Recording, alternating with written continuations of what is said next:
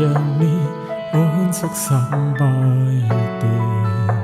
តាំងពីអូនជ្រឹងគេពេលនេះបងមិនទាន់មានអ្នកណា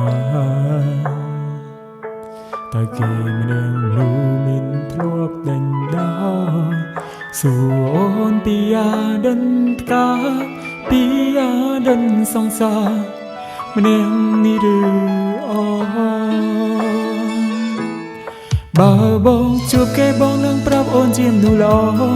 ប្រាប់គេថាមានមេមិនធ្លាប់ក្បត់បងសំបីម្ដងតែគឺបងអូ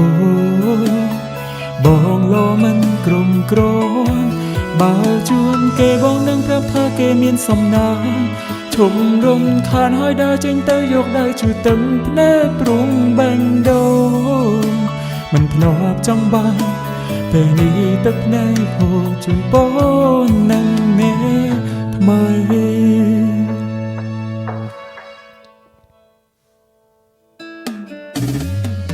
មួយរយៈនេះអូនសុខសប្បាយទេតាំងពីអូនជ្រឹងគេពេលនេះបងមិនទាន់មានអ្នកណាតែគេម្នាក់នោះមានធ្លាប់ដេញដោលសួរអូនពីអាដិនផ្កាពីអាដិនសង្សារម្នាក់នឹងឬអូនបើបងជួបគេបងនឹងប្រាប់អូនជាមនុស្សល្អប្រាប់គេថាមានមេមិនធ្លាប់ក្បត់បងសំបីម្ដងតែគឺបងអូបងលោមិនក្រុមក្រន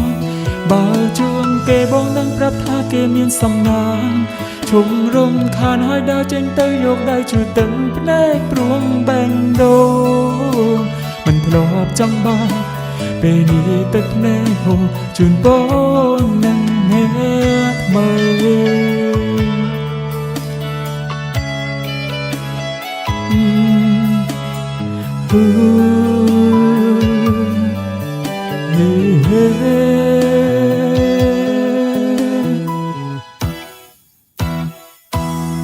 បើបងជួបគេបងនឹងប្រាប់អូនជាមនុស្សល្អ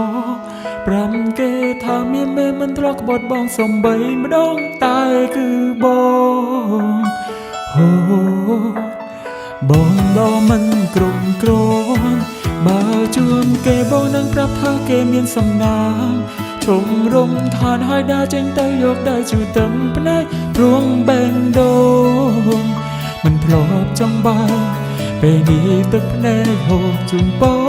ននឹងអ្នកថ្មី